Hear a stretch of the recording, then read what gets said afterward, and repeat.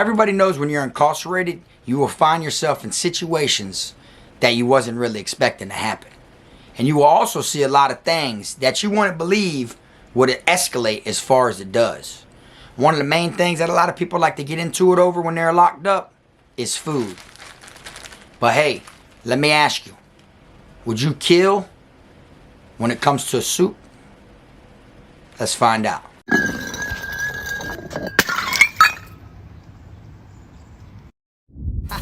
I'm the best, finna be this way till I EOS. Take it how you want, nigga, yeah, I'm a pro. Fuck around and bust your lot while you're at Vizzo. I hate to be this way, but I live for the moment. Waking up every day, show me an opponent. Shanks on deck, hitting bitch you with locks. So much pool, I can even start you from the box. You don't wanna pay rent, got me bent. Got lax on deck, your money was well spent. Vultures on the prowl, so don't try testing. Step 2 comes violent, first steps finessing. You a hold down man, suitcase this. My cell phone, I'm a charger, don't walk with a limp. Get it knocked off or missing, you gon' get it. Next time I see your ass, you gon' leave airlifted. What's up, y'all? You already know, man. K-Fraud TV back in the building. Y'all go ahead and do me that solid favor, man. Make sure you hit that like, subscribe button. And also make sure you hit the notification bell so you can see it first. Today, y'all, I'm going to be talking about a situation that took place between 2 inmates. And it's kind of crazy how it all escalated because it all had to do with involving a soup. Now, one thing I will let y'all know from the jump is when you're incarcerated, you never, ever, ever want to be in debt with anybody. And you never, ever, ever want to have to collect from somebody, you know. And I know a lot of people are probably looking at it, but Frog, why? Of course I want to be the one collecting rather than the one that's paying a debt, because you got some people that don't want to pay you, some people that can't pay you, but at the end it's gonna feel like, whether they can't or they don't want to, it's gonna feel like and make you believe that they don't want to. You understand? So to just avoid it all, let me let everybody know before we get into this story, don't be doing deals with people. Don't be cashing checks that your ass can't cash. You know what I'm saying? That's how I could say it. But when you find yourself in prison or jail, etc., you will be hungry, okay? Your survival instincts will kick in and you will do what you gotta do in order to eat, because you'll feel like you were starving while you were in there. You see what I'm saying? Now, I want to let y'all know, if you are somebody that has, you know, a gambling problem or doesn't like to keep your word and pay your debts, you will find yourself on the shit end of the stick in most situations when you are locked up. If you get away with it, don't think that's what prison's like, okay? Because very slim amounts and only a short few get away with it. You might have got lucky at that place or with the person you got away with it with, but it is not like that anywhere else you go. You understand? Now, around this time when this occurred between the 2 inmates, 2 inmates had an agreement on betting on a football game, okay? Now, it wasn't nothing serious. It was literally just one soup, one single ramen. Don't know if it was beef or chicken. Have no idea. I just know it was a soup, all right? Now, people bet such little things just to sweat, you know, just to, you know, gamble, to hope maybe you'll win. You feel me? Because everybody's intentions in going into gambling is to win. Nobody's gonna gamble if their intentions was to lose. You feel me? But I've always been the one, I'm not betting nothing unless I have it right now to give you if I lose. Same way with a credit card. You know what I'm saying? I won't use a credit card unless I got the cash or the bread on the debit to transfer over. You see what I'm saying? That's just how it goes. You feel me? I've always been one of them types of people. For this one here, one inmate ended up losing a bet to another inmate over a simple soup now. But what it was is, the inmate who betted the soup that lost forgot he owed that inmate. So he says, okay?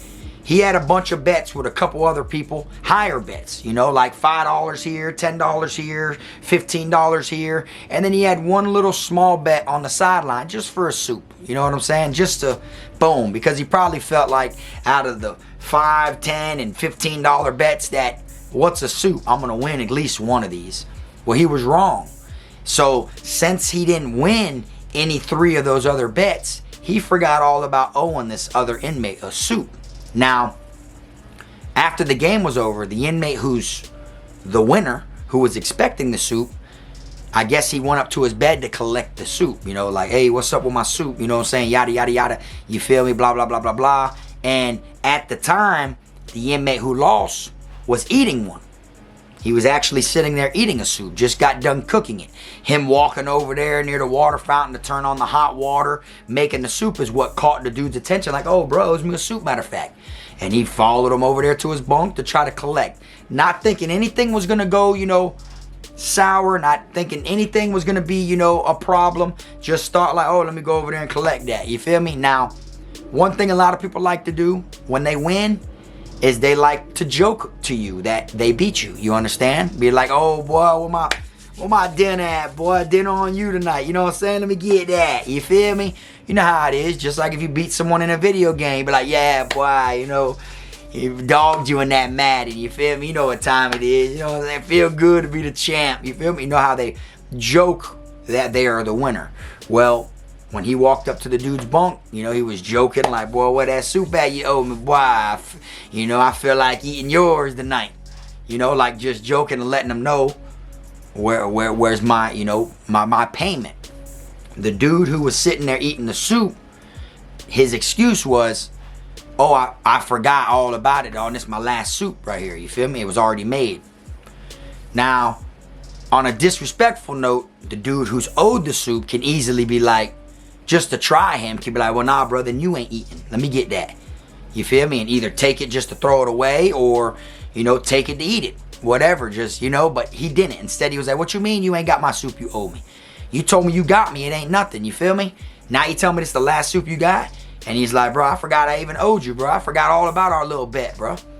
So then as they went to going back and forth, you know, about this petty soup, next thing you know, tension rises.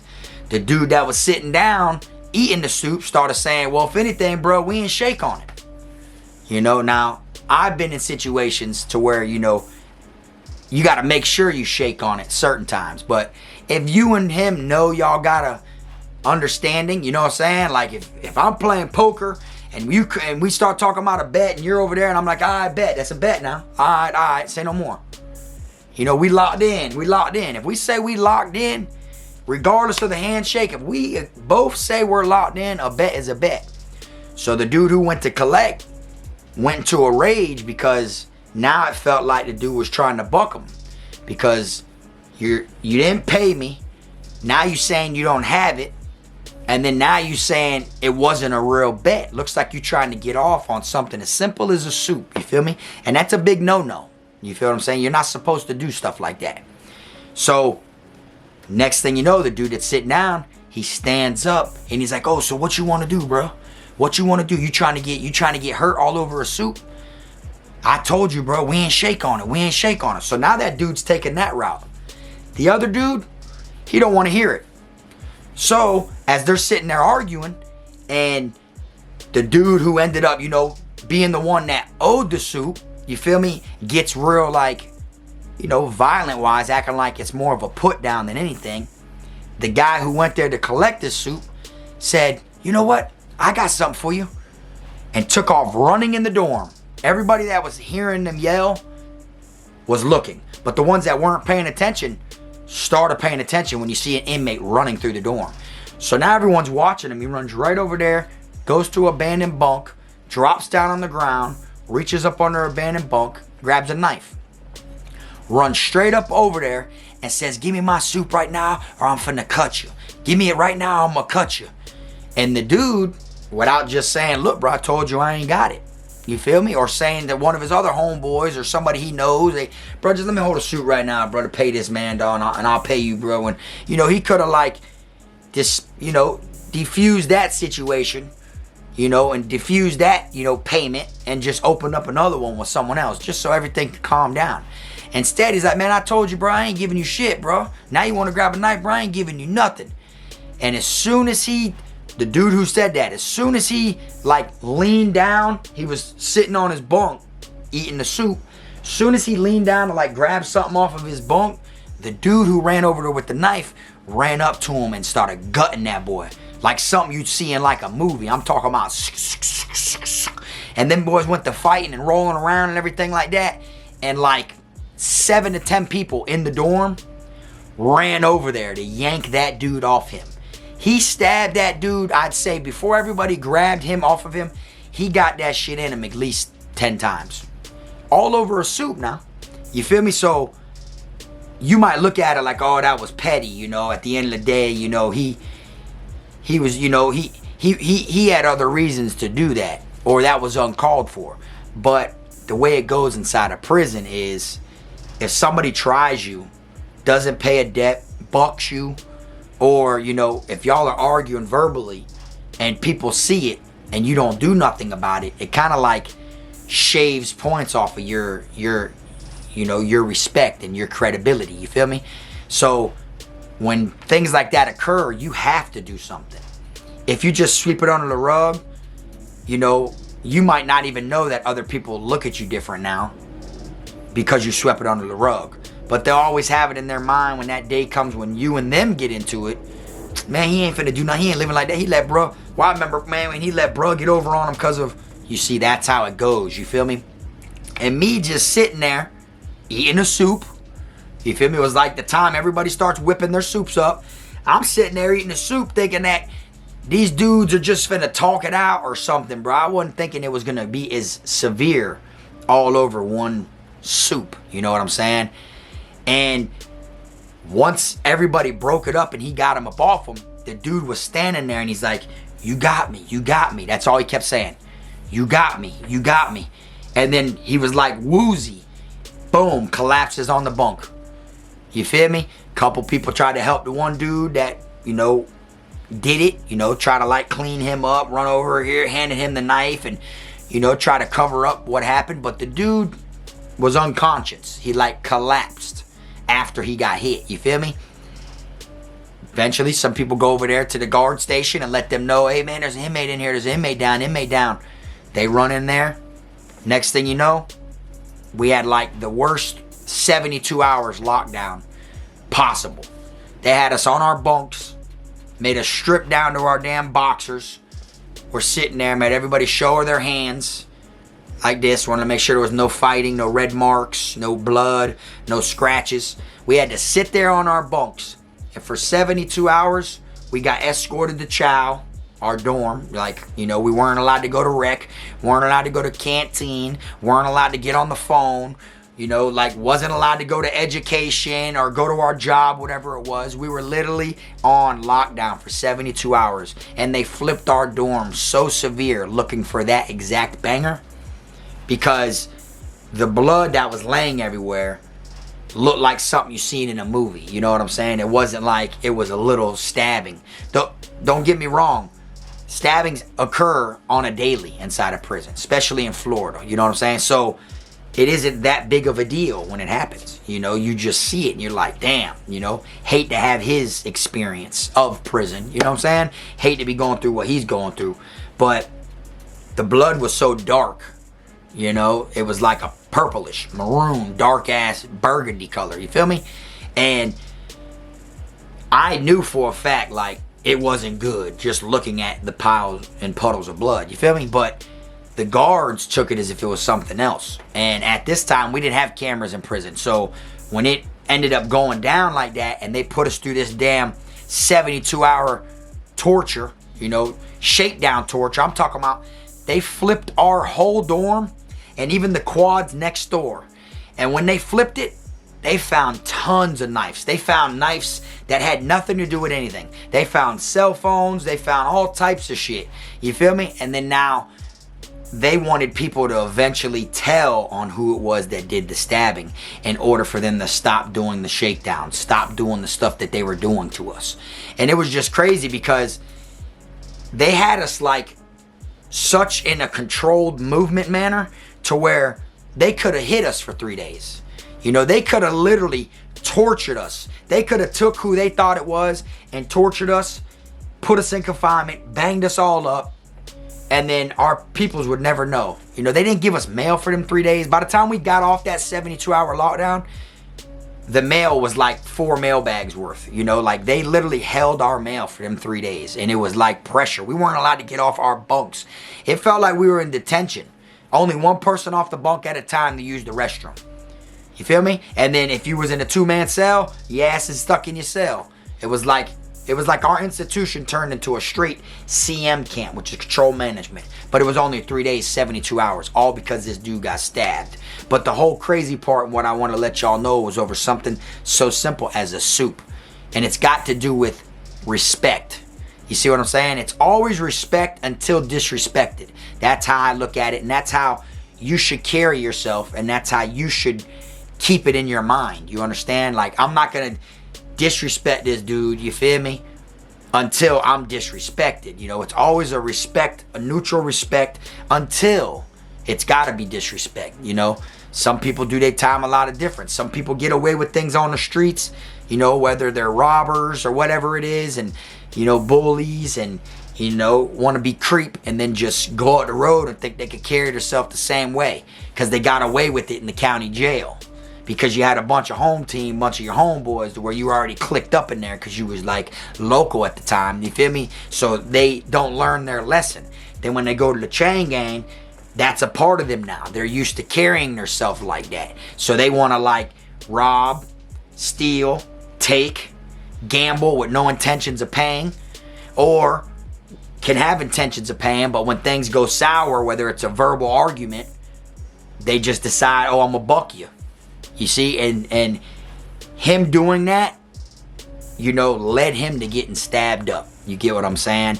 And at the end of the day, I'm just thankful my bid experience wasn't like that dude's. You see, because Ramen have always been a part of my life, even as a kid. You feel me? And still to this day, keep them in the house. Because one thing about them, I call them survival kits. If you're hungry and feel like you ain't got nothing to eat, one of them soups, boy, gonna blow up in your stomach, and they gonna hit that spot. And sometimes there ain't nothing like that that hits the spot. You feel me? So me knowing, you know, how cheap they are, you know, how many places they are at and available, it blows my mind when I think of how deadly, you know, a situation can occur behind something like that. You know, me personally, if I was the dude who was eating the soup and the dude came up, oh bro, where my soup at? And I forgot that I owed you, I literally would be like, oh shit, hey, ain't nothing, bro, my bad, bro, I forgot all about it, dog, but hold on real quick. And I would have went up to one of my dogs closer to, I'd be like, hey bro, let me borrow a soup real quick, dog, I'll get that shit back to you when we hit the window, bro, let me pay you, bro, real quick. You get what I'm saying? I would have literally did something like that just to be like, you know what I'm saying? I like to keep my word, you know? So I would have disputed the situation before it even turned into anything. Now, if he came up on some rah-rah or some aggressive, like, put down about the soup, or I felt like he was trying to put down for the soup, then, you know, I could understand it leading to like, bitch, you bugged. You feel me? But I'm not going to try to, you know, water it down or sugarcoat it. I'm not going to try to act like, oh, bro, well, we didn't shake on it. You feel me? Because then that shows that my intentions, you know, were to not pay you anyways. But one thing about it, if I would have won, I would have collected. You see?